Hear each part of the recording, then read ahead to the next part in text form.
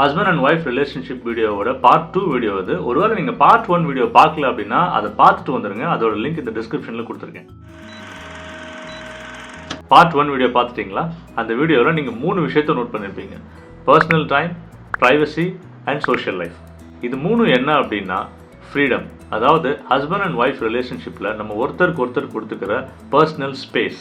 இந்த ஸ்பேஸில் இது மட்டும் இல்லைங்க, personal interest, hobbies, choices, opinions, இந்த மாதிரி நிறைய விஷயங்கள் வரும். மேரேஜுக்கு அப்புறம் ஹஸ்பண்ட் அண்ட் ஒய்ஃப் ஒருத்தருக்கு ஒருத்தர் நிறைய விஷயங்கள் விட்டு கொடுத்துப்பாங்க. அண்ட் அதுதான் அந்த ரிலேஷன்ஷிப்பை ஸ்ட்ரென்தன் ஆக்கும். ஆனால் அந்த விட்டு கொடுக்குற ப்ராசஸில் சம்டைம்ஸ் சில பேர் தங்களோட சுயத்தையே இழந்துருவாங்க. அப்படி விட்டு கொடுத்து போகிறது ஒருவேளை அந்த இண்டிவிஜுவலுடைய பர்சனல் சாய்ஸாக இருந்தால் பிரச்சனை இல்லை. ஆனால் அதுவே ரொம்ப கம்பல் பண்ணி நடந்தது அப்படின்னா கண்டிப்பாக அது ஒரு ஹெல்தி ரிலேஷன்ஷிப் கிடையாது. இந்த கம்பல்ஷன் நாளடைவில் ஒரு ஸ்ட்ரெஸ்ஸாக மாறி அவங்க பார்ட்னர்கிட்ட சின்ன சின்ன விஷயத்துக்கெல்லாம் எரிஞ்சு விழ ஆரம்பிச்சிருவாங்க. இதில் மோசமான விஷயம் என்ன அப்படின்னா இதுக்காக தான் நம்ம இப்படி நடந்துக்கிறோம் அப்படிங்கிறது அவங்களுக்கே தெரியாது. இந்த ஸ்ட்ரெஸ் இப்படியே கண்டினியூ ஆச்சுன்னா கொஞ்சம் கொஞ்சமாக அந்த ரிலேஷன்ஷிப்பில் நிறைய பிரச்சனைகள் உருவாகும்.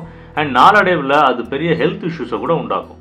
சைக்காலஜியில் சாய்ஸ் தியரி அப்படின்னு ஒன்று இருக்குது. அந்த தியரி படி ஃப்ரீடம் அப்படிங்கிறது ஒரு மனுஷனுடைய சைக்கலாஜிக்கல் நீட் அப்படின்னு சொல்கிறாங்க. ஆனால் அந்த நீட் ஃபுல்ஃபில் ஆகாதப்போ கண்டிப்பாக அது அவங்களுக்கு நிறைய உளவியல் ரீதியான பிரச்சனைகளை கொடுக்கும்.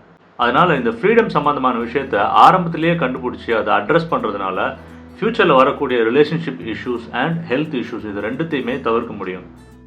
உங்களுக்கு உங்கள் ரிலேஷன்ஷிப்பில் இந்த பர்சனல் ஸ்பேஸ் அண்ட் ஃப்ரீடம் இருக்கான்னு பாருங்கள். உங்கள் பார்ட்னருக்கு இந்த வீடியோவை ஷேர் பண்ணி அவங்களுக்கும் பர்சனல் ஸ்பேஸ் அண்ட் ஃப்ரீடம் இந்த ரிலேஷன்ஷிப்பில் இருக்கான்னு கேட்டு தெரிஞ்சுக்கோங்க. ஒருவேளை அப்படி இல்லை அப்படின்னா இம்மீடியட்டாக அதுக்கான ஸ்டெப்ஸ் எடுங்க. உங்கள் ரிலேஷன்ஷிப்பை இன்னும் ஸ்ட்ரென்தன் பண்ணுங்கள், இன்டிமேட் ஆக்குங்க. All the best.